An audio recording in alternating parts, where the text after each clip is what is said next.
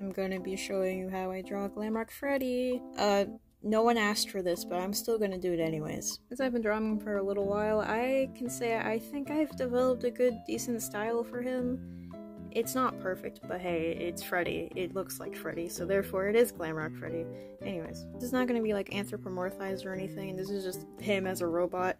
If you want a more stylized version of Freddy, then that's just something you have to develop on your own, but you know, we're not gonna get into that. Firstly, to understand how to draw Glamrock Freddy, you gotta understand his basic shapes. As you can see, he's mainly consisting of triangles and squares. Not really a square, but you get it. It's mainly sharp angles and stuff. Look at that pelvic plate. Anyways, oops. The other Freddys, all of them are more rounder. He's more sharp-edged. Basically, you just gotta simply understand his whole entire body shape, along with especially his face shape, especially if you want him to look like Glamrock Freddy. His face shape is rather interesting, but simple if you can just understand it. So usually it's like an arch with two little cheeks pointing out. His muzzle consists of, I guess you would consist of this, but in a more refined way, I guess. A nose. His jawline is a bit complicated, but it's simply a simple line like this on both sides, depending on which way he's facing, obviously, and then his mouth. And of course his eyes. And eyebrows. And his ears. And his top hat. But yeah, you get the basic shape. I breathed on this tablet wrong and it's not working. Anyways, whoopsie. This is just gonna be him facing front way, or front way facing, whatever the hell it's called. And I usually start off with the arch, and then I usually do his cheeks. And of course, always flip the canvas. It may look a little wonky, but it's okay. It's fine, it's a tutorial. The guideline for his eyes are kind of interesting. I'm not sure if you can see this on his face or not, but there is a slight little slit here where his eyes are. Usually it comes right after his little face hump here, or his cheek. So basically, I usually do the eye guideline here, that his eyes... of course, it doesn't have to look exactly like it does in the render, but hey, those are his eyes now. He's gonna be staring right into your soul. And then for his muzzle, usually it's very interesting how I do it. I kind of just feel my way around it. I don't know how to describe that, but simply it's kind of like a whoop whoop. Not all the time, obviously. Not all the time, but it is like that. And that's how I usually go about it. So, his little nose. I hate flipping the canvas because it looks dumb. Anyways, that's gonna bother me. I know you're probably wondering, why aren't you using the symmetry tool? Personally, I just don't like using it because it just looks so weird looking when I... Anyways, it just doesn't look as natural, alright? Leave me alone. I'm sticking with what I'm natural. I'm sticking with it! So next up, I don't know what expression he'll be making, but I guess he can be smiling. So the way you can try and get him to look a bit more expressive is, well, you know, he's always meant to look like he's smiling, even if he has dead eyes half the time in the game. But how I usually do it to make him look friendly and expressive and not as soulless, usually how I start with his expressions is that I usually do this shape for his mouth. And of course it depends if he's angry, sad, distressed, whatever. The mouth shape will change with each expression that he's making, but for now, since this is just a simple tutorial, he's going to be smiling, because he's always smiling. He's smiling through the pain. The mouth shape will determine the shape of the jaw. And draw his teeth, his little teethsies. I'm giving him eyes because he just looks really soulless right now. And then with his jaw shape, like I said, it really depends on the mouth shape as well. And the jaw is kind of complicated, and it's kind of hard to explain. Sometimes I just kind of end up doing whatever with the jaw. The jaw kind of just comes, it starts here behind his cheek, and then it comes at like a weird little curve, and then it comes out here, and then you go back into the curve and then out, essentially. And that's how it usually looks, as you can see here. And then you draw his little face stripe makeup thingy. And of course I've seen some artists give him little cheeks, those little that, I don't know what that is, but they give him little little corner curl thingy to show that he is smiling, which I don't do all the time, but I usually do sometimes, especially if he's very like expressive, but you know.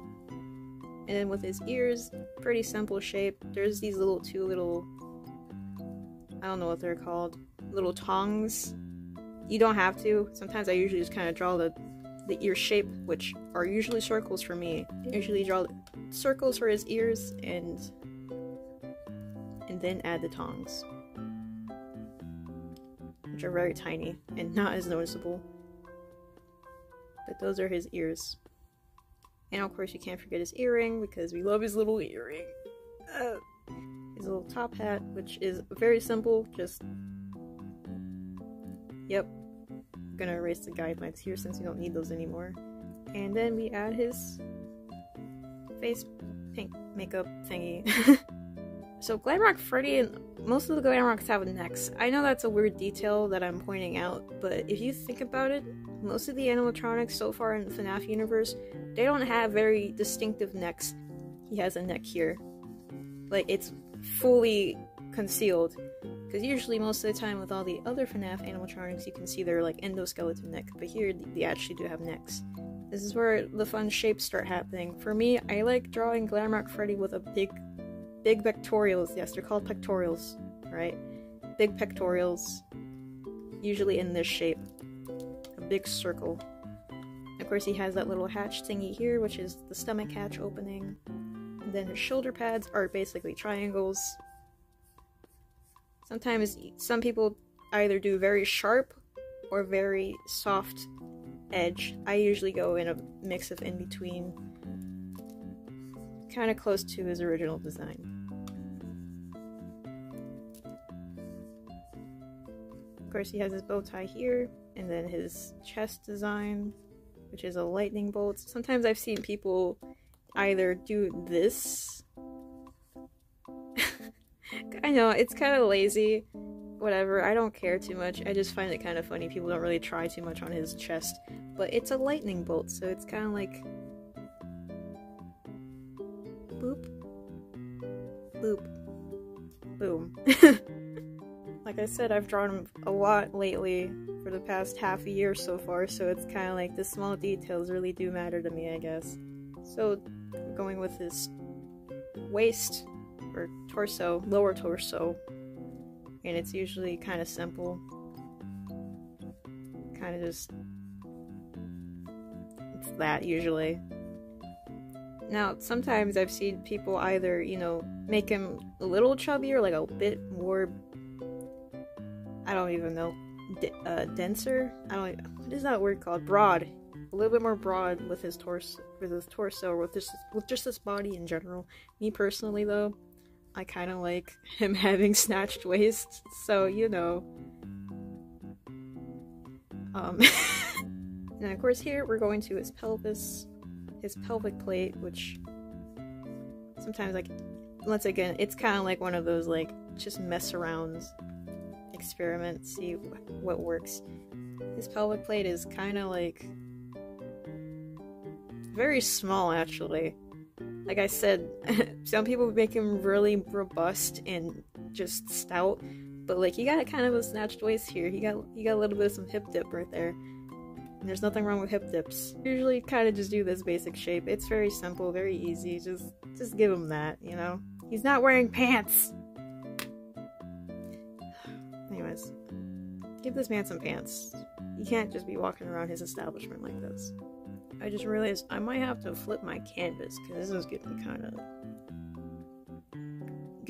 bit, it's getting a bit much. So his legs, once again, are pretty simple. If you just look, they're kind of like ovals, and then like a weird triangle here. So it's not It's pretty easy. There's like a little bit of a detail here where he has like his endoskeleton joints poking out of his legs. You don't have to draw that, but personally I like drawing them because it's just a preference of mine. But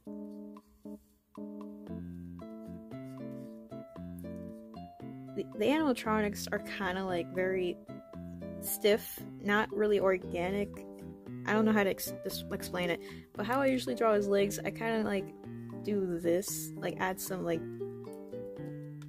I don't even know how to describe it.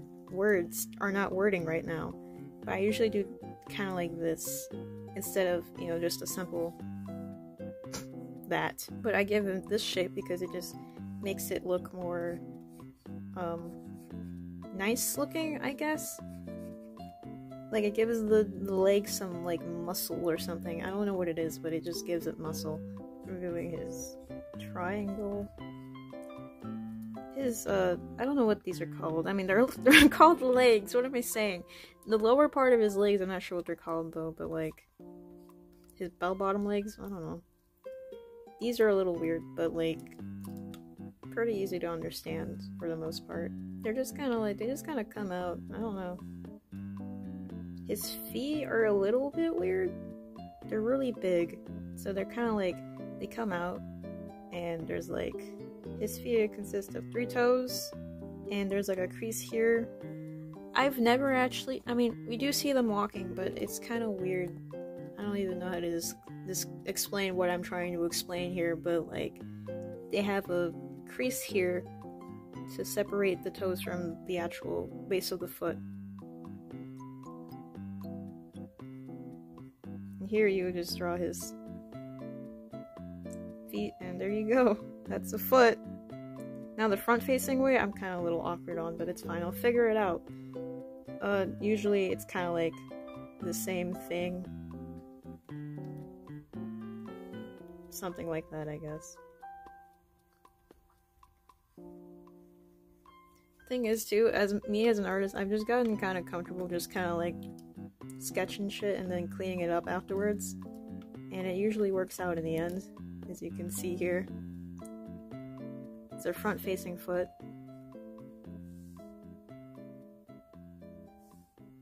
I say it's decent. Now, his arms, I mean, this all depends on how you want to pose, but for now, the arms will just simply go down. The arm usually starts with this section here. His arm consists of 3 parts. This part, which you can't see because it's underneath the shoulder pad, but it's there. It's like a little crease. And then his bicep, forearm, and then of course his hands. So that means there's 4 parts, but his arm consists of 3 parts technically. So I usually draw the upper shoulder, and then I usually draw his bicep.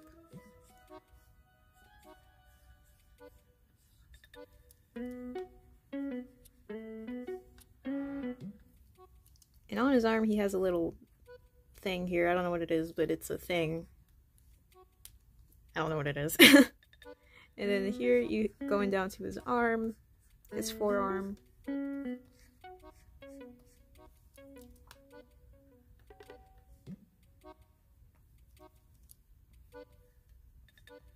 I kind of do the same with his leg. Like, with his legs, I do the same with his arms. I do, like, a little bit of a organic shape like this for his arms to give it more of, like, a muscly feel. I don't know. I know they don't have muscles, they're robots, but whatever. That's just how I do it. And we have his arm spikes, his spike bands. I don't know what they're called. I can't think right now. And you might be wondering, like, hey, his hands are, like, way past his pelvis. So you might be wondering, oh my god, Freddy's hands are going way past his hip region. Which, of course, if you're looking at the 9-head scale here, or the 9-head reference, which is basically you take the human head and then you use the 9 heads to make the proportions of a human body. And of course the proportions are different for everyone, of course, but for this reason, or for this here, it's the basic proportions of a human body. And the hands usually end around like near the groin region, of course. But for Freddy's case, it like goes way past his like pelvis groin area to his like mid-thigh. He's slouching, of course, but he goes way past his he goes way past, but if he's standing up straight, I think his hands at least come around here. So yeah, they go to his mid-thigh. So it's different for Freddy compared to a human, obviously, because he's an animatronic. In this case, it's not too weird that his hand goes past his hip/groin region, so you know. For his hands, they kind of just do their own thing. I know the hands look a little weird. Just gonna be simple about it. Nothing too detailed. I think drawing animatronic hands are a lot easier than drawing human hands. So, you know, they're only like 4 fingers. Also, something I noticed is that sometimes people, whenever they're drawing their own stylized versions of the animatronics, or at least the animatronic in their own style, I always notice that they give them 5 fingers, but in reality, they actually have 4 fingers. But, you know, that's whatever. I'm not complaining. That's their own art style, I guess. And there you have it. There's Freddy. His basic shape and form. His head looks a little small, and that's when I usually do some adjusting, of course.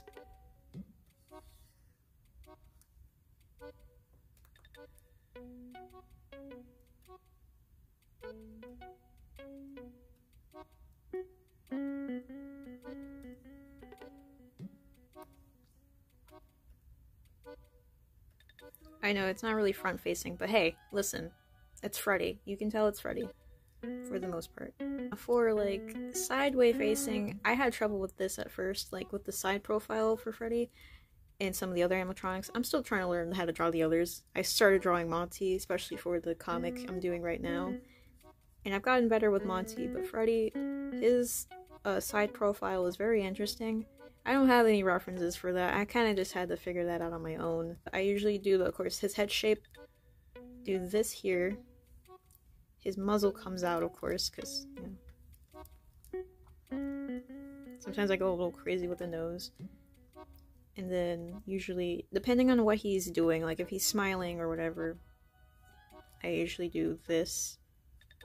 And then, for his jaw, this is where I start taking my own personal creative liberty with his expressions and his face features. I usually just do this with his jaw. And of course, this is where it starts to get a little interesting and complicated. So with his jaw, you know, his mouth is opened, so it's gonna come out like this a little bit and then go back in so that it gives somewhat of a shape here. That's what I learned recently. I'm like, I suck at drawing the profiles for these animatronics. And then I was like, wait a minute. Their mouth is like a 3D shape. Like, you gotta figure that out, work it out a little bit. So, you know, it's a 3D shape. It's kind of like a shape like this. This would be their mouth, their tongue. Their teeth will go here. And their jaw is this, basically. So, you know, that's basically the shape I was going for, or I'm currently going for. This part is a little weird, but his jaw kind of just comes out like that.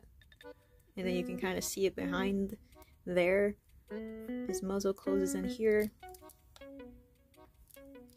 His eyes are here. As you can see, I didn't use any guides because I'm so used to drawing him now, so it's kind of like I can just kind of do it and eyeball it. His eyes are here.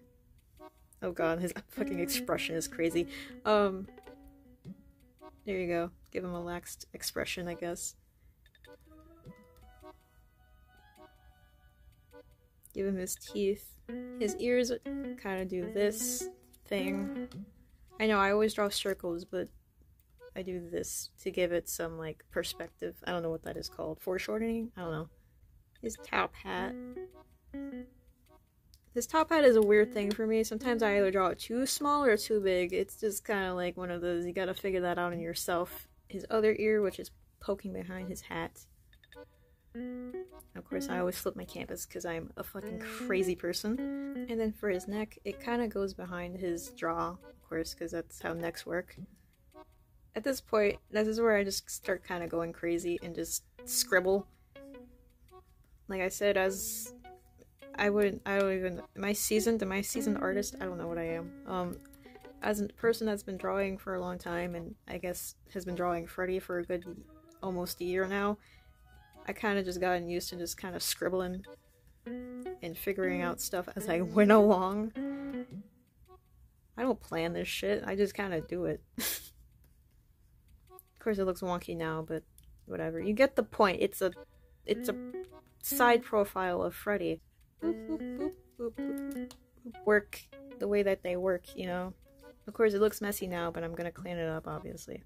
Something too interesting about this is that it's always fun to just mess around, because the thing is, the animatronics, yes, they're robots, but like, you can make them very expressive and fluid in their movements and everything. You just gotta kind of experiment with it, you know? Like, I think for one of the drawings I want to do is, like, I want to reference Freddie Mercury's poses that he usually does for Freddy here, because like some of his poses are just like so flamboyant and just over the top. Like, I mean, like, look at Freddie Mercury. Also, Freddy's right there too. That's kind of funny. This one, and this one, and this one, and of course this one.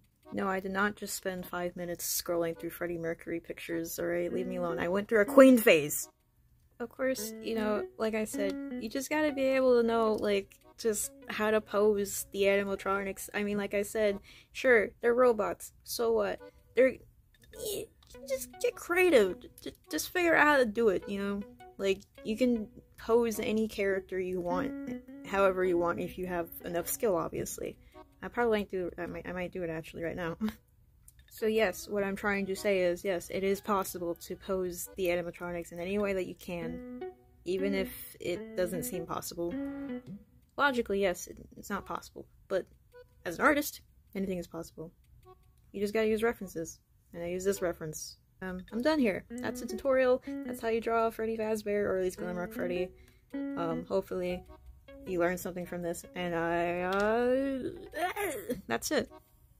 I might, if you want, I could draw the other animatronics, or the other Glamrocks at least, so yeah, probably. Don't promise anything. I did this on a whim and on impulse. This was not scripted. Thank you for watching. Bye. Love you. What?